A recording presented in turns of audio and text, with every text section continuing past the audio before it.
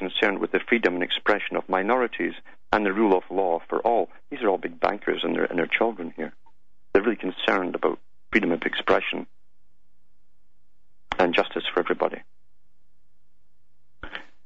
It says, who constantly thought in terms of Anglo-American solidarity, of political partition and federation, and who were convinced that they could, listen to this, convinced they could gracefully civilize the Boers of South Africa, the Irish, the Arabs. Do you wonder what's happening in the Middle East right now? You have to go into history. And the Hindus, and who are largely responsible for the partitions of Ireland. This is on page 954. Partitions of Ireland, Palestine, and India, as well as the federations of South Africa, Central Africa, and the West Indies. If you want to find out who set Israel up in the first place, go into your history books. Read the memoirs of Sir Ronald Storrs, S-T-O-R-R-S. He was a High Commissioner for Palestine before World War II. Read his book called Orientations as well, because they were setting up an advanced post for the future.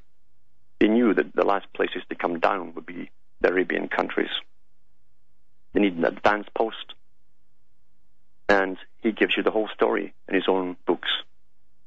Sir Ronald Storrs' memoirs and his other book called Orientations.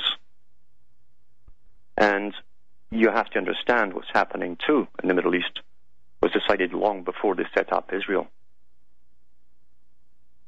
People have probably seen the movie rather than read the book of Lawrence, often called Lawrence of Arabia, who didn't get on too well with his bosses because they'd already decided that the Arab countries could never be civilized as such.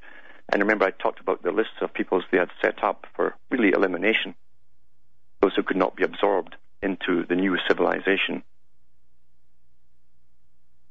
That's why the IRR, the Royal Institute for International Affairs, was involved with Ireland as well. H.G. Wells, another member, had a whole list of peoples who would have to be eliminated because they wouldn't fit in. And long before him, you had top economists like John Stuart Mill and his son, the same name, giving up the same lists of people. They knew long ago who would come through into this brave new world. And they also knew who would give them trouble. But if you don't know what happened in the past, you won't understand a thing that's happening today.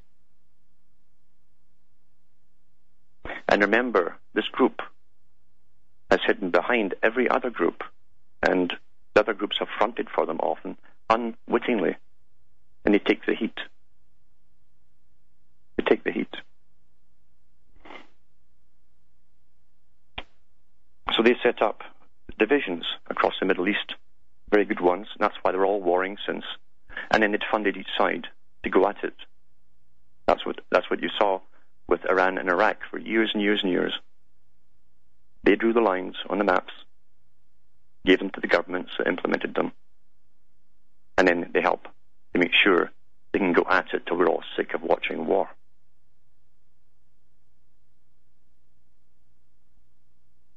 It says here,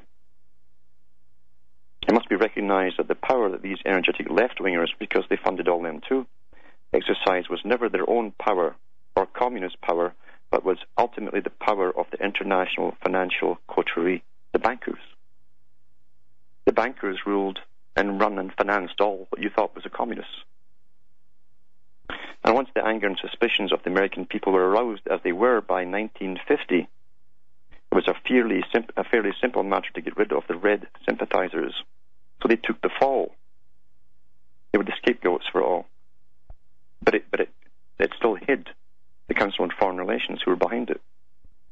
Before this could be done, however, a congressional committee, that's the Rees Commission, following backward to the source, finding out where all the funding was going, where was this funding coming from that was funding all of these communist fronts.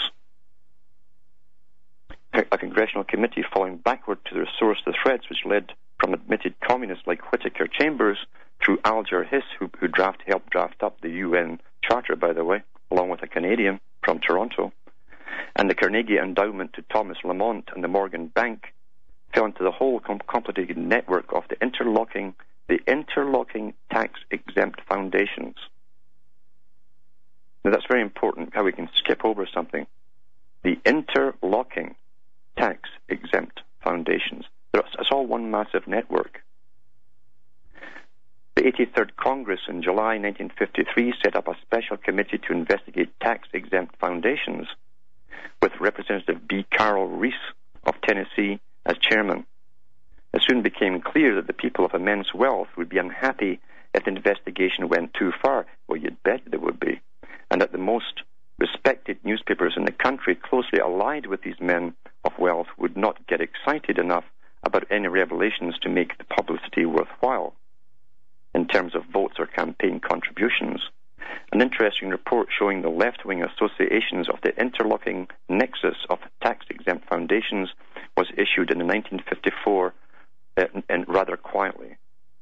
4 years later, the Reese Committee's General Counsel, Rennie A. Wormser, wrote a shocked but not shocking book on the subject called Foundations, Their Power and Influence. It had been toned right down and still kept the public in the dark as to who really funded all these left-wing movements that seemed to be communist. One of the most interesting members of this Anglo-American power structure was Jerome D. Green. I think it was through his whole history. Again, another Kissinger type who's all over the globe. Assistant to John D. Rockefeller in philanthropic work for 2 years, then trustee to the Rockefeller Institute, then to the Rockefeller Foundation, and then to Rockefeller General Education Board until 1939. For 15 years, he was with the Boston investment banking firm of Lee, Higginson and Company, most of the period as its chief officer, as well as with its London branch. See how the top characters are all massive international bankers here, who want to bring us all world peace, who fund left-wing and right-wing organizations. As an investment banker, we know what they've done recently.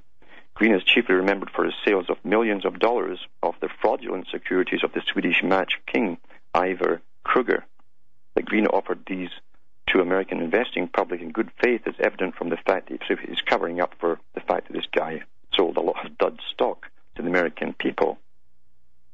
Which always takes me back to something that Albert Pike talked about in Morals and Dogma, when he said that we shall have to basically climb to the top by every means possible, by their wit and courage, and by even using the stock market, he said, to gain incredible wealth until we become the masters over the masters of the world.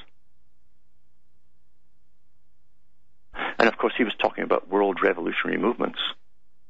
And when you tie this in with tragedy and hope, and what these boys have been up to for over 100 years, you start to get a kind of connection somewhere, don't you? It says funding by David Davis in 1919, in spite of the fact that Davis, who was made a peer, he was knighted in 1932, had broken with Round Table because of his subversion by the League of Nations and European Collective Security. Other people were looking into them too. People that had been set up by them were now looking into them.